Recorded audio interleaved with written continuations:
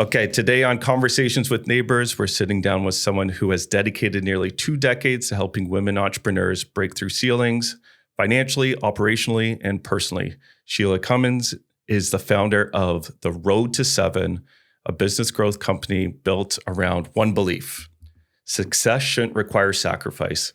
She's helped hundreds of women scale to 6 and 7 figures using her proven scale roadmap. And she's closing real gaps in the entrepreneurial world, including access to funding through her Capital Access program.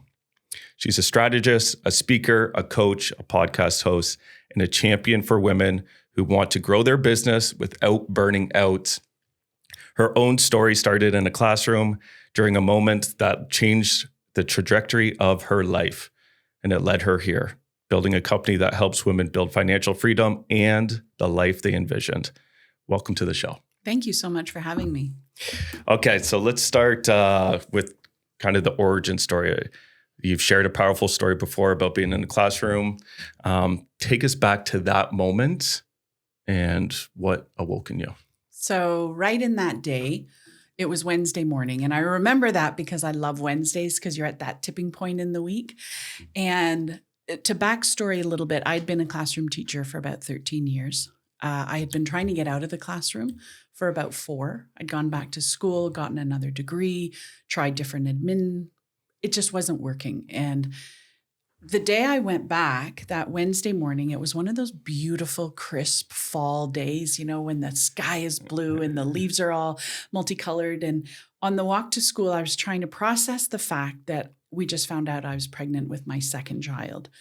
And I remember standing in front of a room. I was teaching at an all-girls school and looking out into the class and thinking, if this is a girl, I don't know if as a teacher, I would be able to put her in one of these seats, whether I wanted to or not. It wasn't an option. And it was just like one of those light bulb moments, like if you think about a cartoon character and the light goes off on their head. And it was, okay, I need to figure out what else I can do, because I want to have the opportunity, if this is a girl, to put her in one of those chairs. And I also want to have an opportunity to try something else. And, you know, mat leave is such a beautiful opportunity to explore different things. We have the gift of a year here in Canada. And so I took that year to figure out what else I could do. And as a teacher, we have so many different skills that we actually don't even know that we have. And so that year I tried a whole bunch of different things. I started a parenting blog, which was good. I mean, I enjoy writing. I love writing. And I monetized it. So I was making money, which was important, but it wasn't fulfilling or satisfying. And I don't have a place telling other people how to parent their kids. I think it's a very individual thing. And so I also, at the same time, a friend of ours had a corporate training company and he needed someone to design and develop courses. My master's degree is in curriculum teaching and learning. So I helped him. So when the kids and the babies were sleeping, I would be reading, building courses, and then developing them so that somebody else could facilitate. And so I took that year to explore a bunch of different things. But the one thing that really drove me was I wanted to be at home as the primary caregiver for my kids. I had 2 kids under 18 months.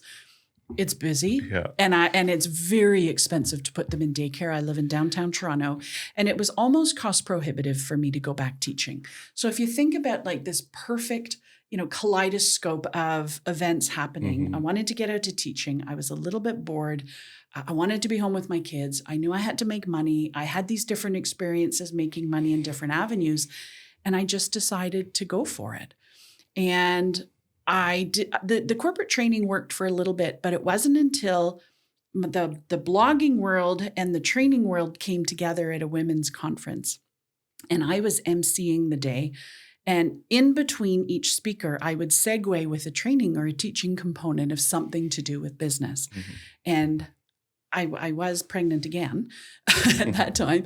And it was an audience of women entrepreneurs. And honestly, like 15 minutes in, there just was this energy exchange, and they got me, I got them. And I was like, okay, I'm an educator. I love business. I design and build courses. I have something here. And so that is what started, and it's been a circuitous road, Yeah. the training and the coaching. And, I was training for years, and then I found I could get my women to a certain spot, but then I couldn't get them past. And so that's when I discovered coaching, when I myself hired a coach, and she got me past a point that was intangible. And so then I understood coaching. So then I went back and got some coaching certificates, brought it all together. And then that is where we are today. And fun story, 3 years ago, my daughter started at that exact school in one of those seats in grade 9 because of my work. So that is like the full circle moment to that Wednesday that it all started. That's incredible. Mm-hmm. That really is.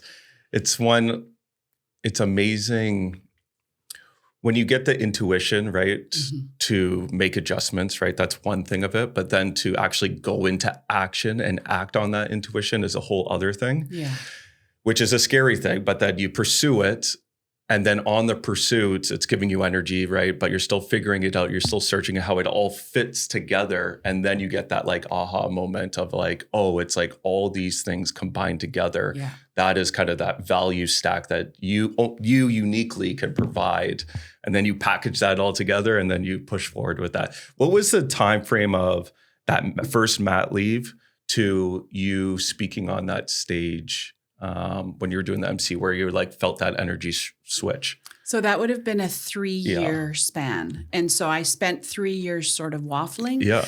And the deal, so listen, I don't think any financial advisor is going to say when you have 2 kids under 18 months, I think you should leave your permanent teaching position where you have full pension, full health care. Of course. You have your summers off. Like there's not a financial planner out there who would say that was a great idea.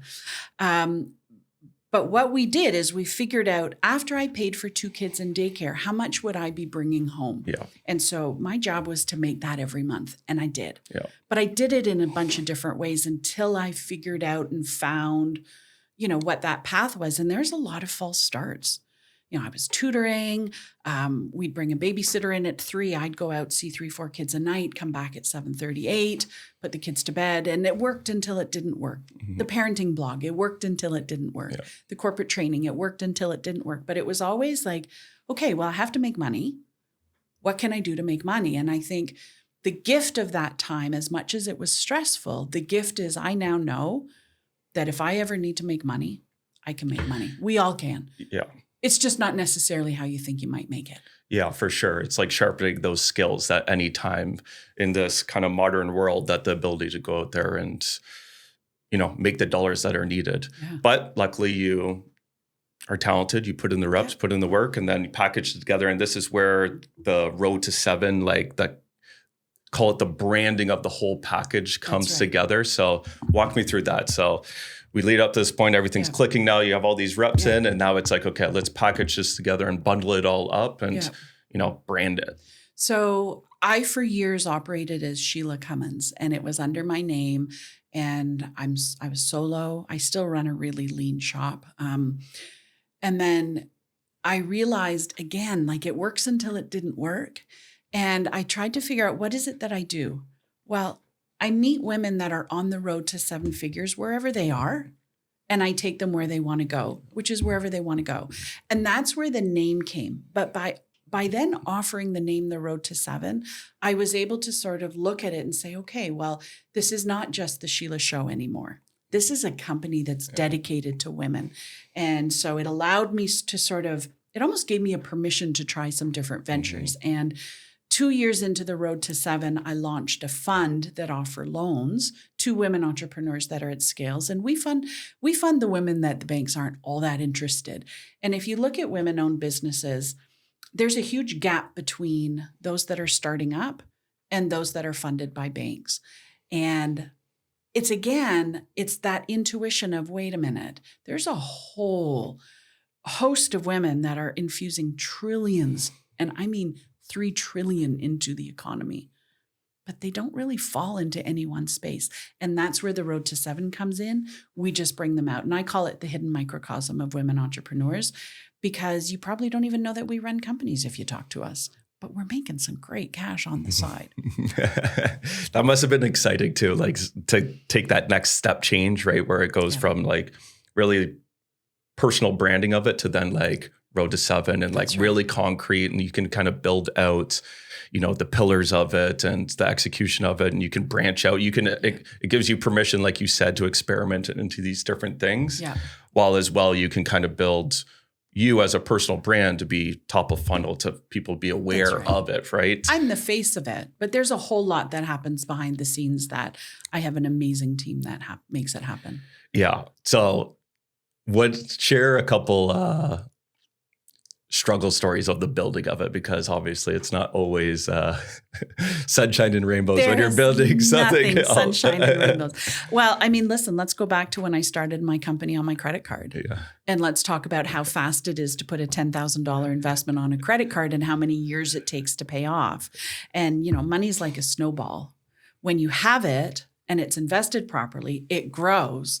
When you don't have it and you're in debt, that also grows. Yeah. And so, you know, I started this company without even really knowing what I was doing, just saying, okay, well, I want to make some money. I think I've got something that I can sell. I'm just going to throw down my credit card because that's the capital that I can access right now. And then it must have taken me 7 or 8 years to pay off and pushed me very close to the brink of bankruptcy. But like I said, we can always make money. And I have a knack for being able to make money in a pinch. And so I was able to sort of, you know, navigate that, but it changes your whole mindset.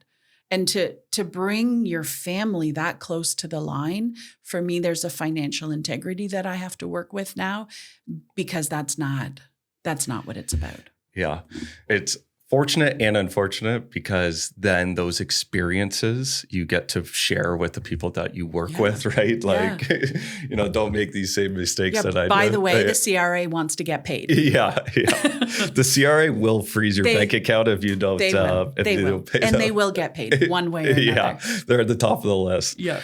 Talk to me about the scale roadmap, right? You got 2 to 3 pillars that move the needle fastest. Walk me through that and kind of those pillars. So, like I said, my background's in curriculum design. So I looked at hundreds of companies and I looked for patterns. What were the 3 main things that make a company go? It's people, it's the processes, and it's the profit. And within there, each of those 3 wheels have different subsections. So people, it's you as the founder. It's the team that you're working with, and it's the people that you're serving. Under processes, there has to be some kind of an attraction process or marketing, sales, and fulfillment. And then under profit, there's your offer, which is where it starts. There's your cash flow, and then there's the actual profit margin. And so those were sort of the 9 elements that I noticed across the board were universal when it came to a successful business. People figured out how to navigate those. And so the scale roadmap was built when I realized that when you combined a really great team, really great people with really great processes, you all of a sudden got to start saving time and you could reclaim your calendar. Then I also noticed that if you had a really great people and you had really great profit, all of a sudden there was like this really fun impact that was happening, because not only were you making great money, but you were having a massive impact on the people that not only you're serving, but you're also working with. But I also noticed that when you have great processes and you combine it with great profit, that's where the financial freedom comes in.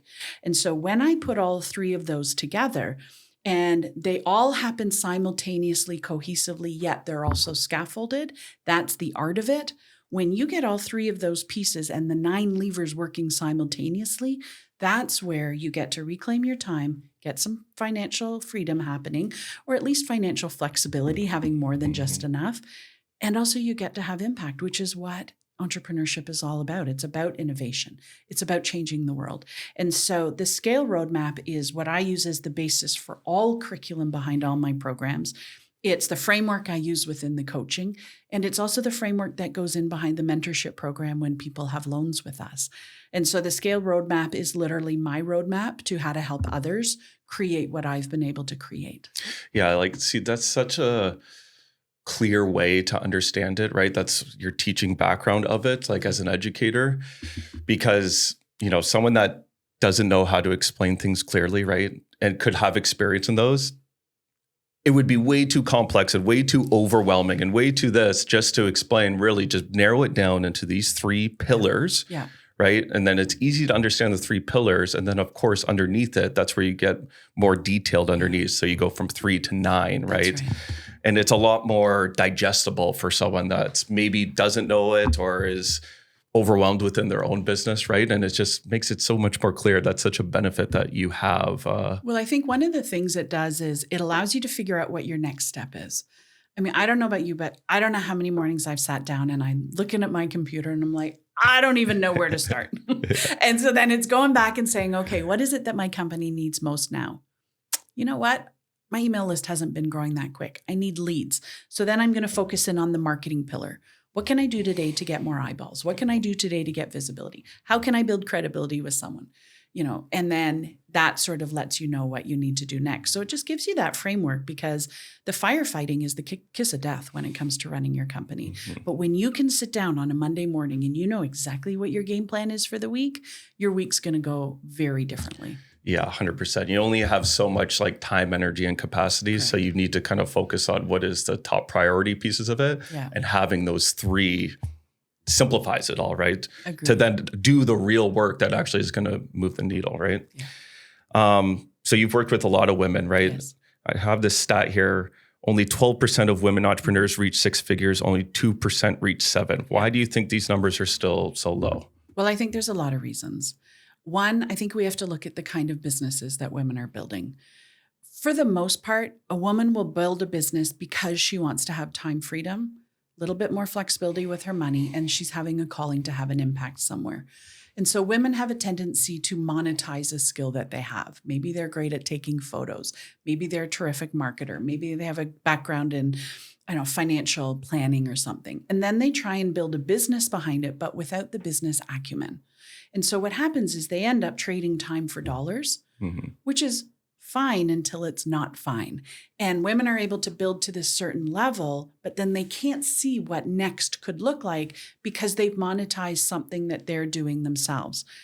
And I think that the 12% comes from a blend of knowledge. It also comes from the blend of we actually need capital to build a company. And so there's a level of risk that has to happen. And when you need every penny for your family, it's really hard to be like, well, I made $100. I'm going to take 50 and put it back into the company when you know you need that $100. And so there is a level in the growth journey where we have to invest money, not just time and energy. And when I started my lending company, I did so much research, SWOT analysis. I talked to people. I talked to other lenders. I talked the whole gamut. The one thing I never anticipated was women's hesitancy to take a bet on themselves and to take on a loan to be able to make a very strategic move that will get a return. And that is the gap I never expected. And that's the gap that I push against. But I think as a solopreneur, it's a pretty quick road up to 100,000 if you know what you're selling and you're clear on your offer. To get past that, there's some complexities that come in, and it is going to cost you time, energy, and money. And if you're not willing to invest the money or you don't have the money, then it makes it really hard to bring on a key player to buy that new software that's going to help, to get that new piece of equipment, whatever it is that's going to get you to the next level. And it's kind of, we get in this loop. And we become complacent. So we go to the bank, we ask for a loan, they say no. Any loan under 100,000 is going to need a personal guarantee. You put a single mom in front of there who doesn't have a house behind her, she's not going to get a loan. You put a couple in there where they're not willing to put up a personal guarantee, you're not going to get a loan. So then you did what I did, which is put it on my credit card, and then you get into financial trouble. So there's a whole loop that happens. And I think we can fix that loop. It's not all is not lost, but I think it comes with a blend of knowledge, and it comes with a blend of savviness when it comes to reinvesting in your company And it also comes with a level of risk and understanding cash flow and understanding what a good investment is.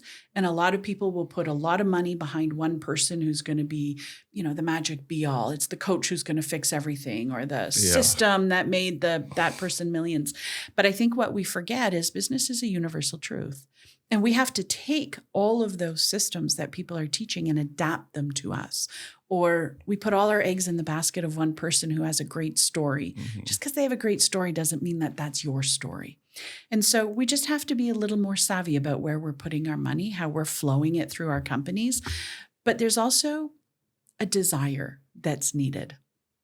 To be able to get to 100,000, there's some people who've never made 100,000 in their life. So they get 6 figures in revenue in their company and they're like, I've made it. Mm-hmm. This is it. I've never made this much money. But they're forgetting how expensive it is to run a company. They only get to keep 30 to 40% of that. So for every $100, you're keeping $30 or $40 to live on 30 or 40,000 a year and support a family in a metropolitan area is a little tricky. And so they get to this point, they're like, well, I can't make enough money, so I'm going to go back to work. And they close their doors. Yeah. So many great points there. Like when you were saying like to that 100,000 ceiling, I was thinking like you kind of get stuck into, you're almost in a self-employed trap, not a business building trap, right? Yes. Like, and that's what that next step change is. It's like you have to go from self-employed to a business owner, right? That's right. And then that's where you can kind of dial in those pillars and learn to scale, and you can get, that's how you go from 100 to 250 to 500, right? And then thinking about that profit all the way along, right? But so that element too. And then of course, with the banks and stuff like that, like I've been an entrepreneur since I was 18. The banks have never been friendly to me. You know what? And it's funny because I used to take it personally. Yeah. But the fact is their algorithms for loan application and approval, they were written 75, 100 years ago. Yeah. In a world that looks very different to today's world. But what hasn't changed is the algorithms they use. And so when you look at the raw data, entrepreneurs don't look good on paper. That's a fact. Yeah. Period. But I'm like, but I've created something that has done millions in revenue, but they don't even care about that element. No. They're like, how much did you take home? Exactly. Exactly. I'm like, I was 26. Yeah. Okay. Let's go into the programs a little bit. Yeah. Right. Talk to me about the programs. So I work privately with some women, but I also have 2 programs based on what it is that you're looking for. I believe that women crave community. And so I think that there's so much power in group learning because of the network, because of the connection, and because of the conversations that can happen. So I have one mastermind that runs called FUEL. Everything that I talk about is called the life fuel business model, is because I think that your business can fuel your life. And so we look at your offer, we look at your cash flow, we look at your marketing and your sales, all those strategic pieces, but we do it in community so that you have the advantage of getting feedback. I have another program called The Lounge, Life Fuel Business Lounge, and it's for women who just need that weekly push. So they get a video every Monday morning, just making them question something. So for example, this week's was, what assumptions are you making about your business that you don't actually realize you're making that are impacting your growth? And so then I talk a little bit about what that happens. And then that allows them to start their week with a fresh mindset. We share tools, all the tricks. I've built several AI bots to help them. And it's just a way to stay connected. So all of my programs lead with content. They're all based on the Scale Roadmap. Some are more mindset, some are more strategy, some are more Sheila involved, some are more hands-off. And I think women have the opportunity to come in wherever it serves them. We also have the Capital Access Program, which is what excites me to no end. And we offer term loans to micro business. They are micro loans. They're between $5,000 to $50,000. And I work with you to figure out the best place to invest this so that it generates the return to get your company to the next level. And I run a mentorship with all loans. And it is so exciting. It is so exciting. We lent a company $20,000 in August. She has since had 100%, not only return, but her revenues jumped by 100%. Yeah. That's huge. all because she was able to have the financial bandwidth to hire a key person, which liberated her to be able to do what she needed to do, which then allowed her to have confidence in her conversations because she knew she could bring people in because she had someone to help them. It is an absolute puzzle and a chess game. And it helps when you've got someone to play chess with. Yeah, absolutely. Like, it can be a lonely road, right? And even just have a community or someone to talk to for accountability, right? Because you're like on the path that you could just start drifting. And then next thing you know, it's been 6 weeks and you haven't done anything to move the needle, right? Exactly. But if you have like a weekly check-in or some type of community to go back at, it's like keeps you on the right path of it. Yeah, in our mastermind, we have our weekly non-negotiables, but non-negotiables fall into 2 categories. We've got the not negotiable, non-negotiable, and we have the non-negotiable flexible. So the easiest example to use would be if somebody is committing to moving their body every week. I'm going to move my body 4 times a week. Amazing. That is a non-negotiable to have those 4 times a week, but it's flexible when it happens based on your schedule. But if we have sales calls to make, it is a non-negotiable, not negotiable because they're going to happen Tuesday morning. And we're going to check in with you to make sure that it happens. And sometimes people are scrambling right before they get on the call, but they're like, I said I'd get this done. And they're like trying to get it done, but then they do by that Tuesday call because they said they would do it and it was a not negotiable. Yeah, I love that. Yeah. Love that. So you've built like this business while you're raising a family, right? I have 3 kids. How has it been balancing everything? Yeah, I mean, listen, sometimes it's a gong show and sometimes it's smooth sailing. I have made it through the young years. And I would say that my business paralleled the amount of time that I was able to put to it. And I learned very quickly, very early on, to not jam a full-time schedule into a very part-time window of working opportunity. And so my company has grown as my kids have grown. And my youngest is 14, my oldest is 18, and they're at the point where they don't need quantity time with me, they need quality. And in fact, they actually don't want to spend that much time with me, which is quite liberating because it allows me to have more time to do other things. But if I'm working, I'm 100% working. And if I'm not working, I'm 100% not working. And being able to have that boundary, like I think the word balance is so like icky. No, harmony. For me, it's boundaries. Yeah. So I have my work time. And I have my Sheila workout time and I have my kid time and we're working on developing a husband time. That is definitely still tricky with our schedules. All of my guys play hockey. So that is a 30-hour-a-week endeavor for us.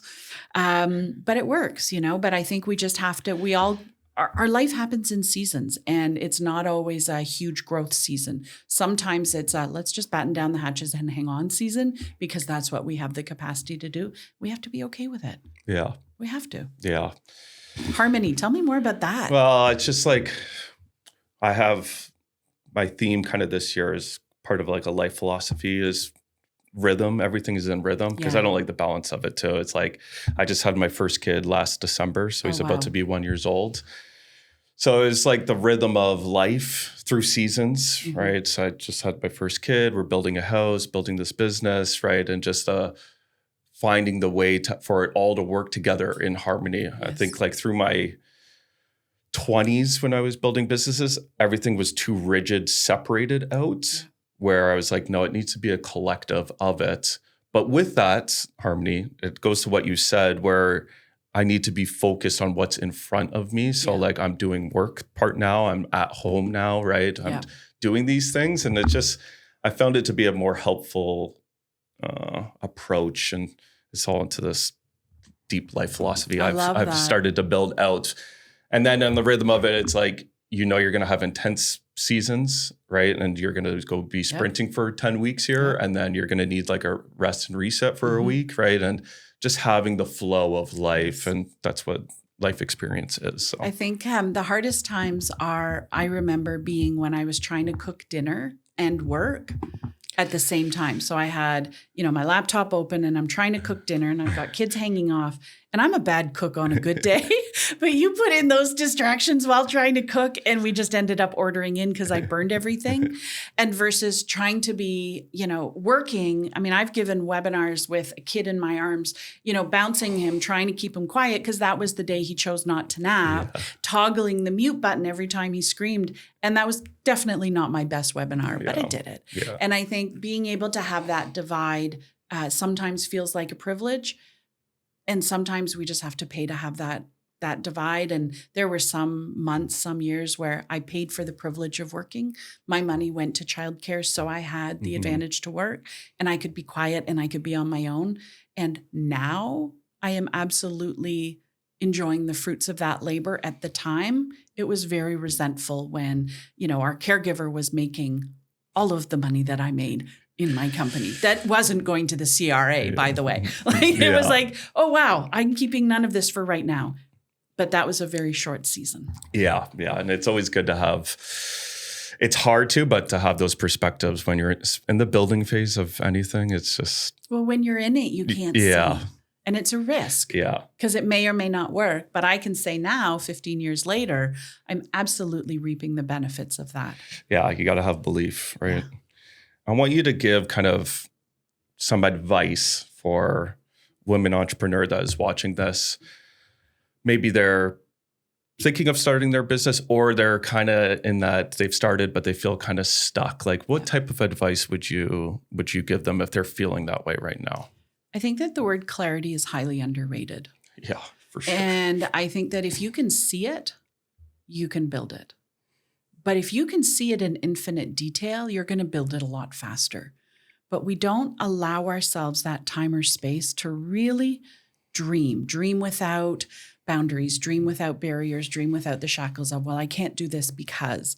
And so I think that no matter where you are in your company, wherever you are in your business growth, we just have to be able to see that next level and be able to touch it and quantify it and understand why that's important and the impact that that's going to have. And then taking the time to reverse engineer it and say, okay, well, in order to get to this level, say you want to get to 7 figures, it may feel very far away right now. But if you can see it and it's possible, then it's, sort of that thinking of, well, if I want to make 7 figures, what am I going to sell to get there? How much do I need each unit of what I'm selling to be? How many units do I need to sell? What do I need to do to sell those units? And what is the work I can do today that's going to get me closer to there? And then when I do sell that 7 figures, what is that ripple effect or impact it's going to have? And is that worth it? Is that worth the pain? Mm-hmm. And also, what is it going to feel like when I achieve those 7 figures? And can I tap into that feeling today? So the biggest piece of advice that I give is, number 1, if you can see it, you can build it. But give yourself the time to get clear on what that looks like, but like really clear. Not just like, I see myself walking on a beach and the waves are rolling in. I have a pina colada in my hand because I just made 7 figures. Like, let's live the 7 figures and see it and feel it, because if you can see it, it's possible. I love that. Okay. If people want to connect with you, where do they go? You can find me at theroadto7.com is my website. I'm most active on LinkedIn, Shelagh Cummins. I am on Instagram. I am old and not all that talented at using it, but I am on Instagram as @Shelagh Cummins or @theroadto7 Capital. Okay. Thank you so much. I really enjoed this. Thank you for having me today. Okay. Bye-bye.